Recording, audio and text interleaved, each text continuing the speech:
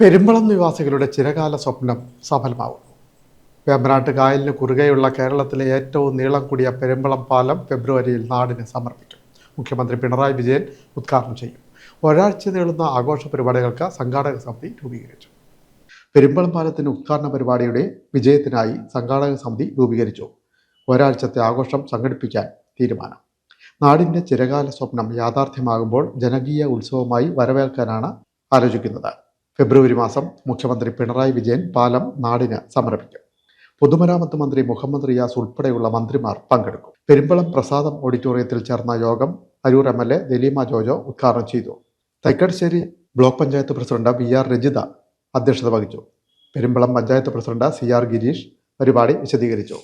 KIIFB executive engineer Deepa, ജില്ലാ പഞ്ചായത്ത് അംഗം Rajesh Vivekananda, block panchayat vice president PD Sajeev, Arookutty panchayat president Binitha Pramod, VP Shirley, TM Ajayakumar, NR Baburaj, father Jiju, B Vinod, PG Muralidharan എന്നിവർ സംസാരിച്ചു.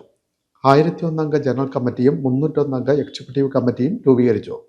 മുൻ MP അഡ്വക്കേറ്റ് AM ആരിഫാണ് chairman, CR Girish vice chairman, Dalima Jojo MLA convener, VR Rajitha joint കൺവീനറുമാണ്. ഫെബ്രുവരി മാസം പെരുമ്പളം പാലം നാടിന് തുറന്നു കൊടുക്കുമ്പോൾ അത് ഒരു ജനതയുടെ ദീർഘനാളത്തെ സ്വപ്ന സാഫല്യമാവും.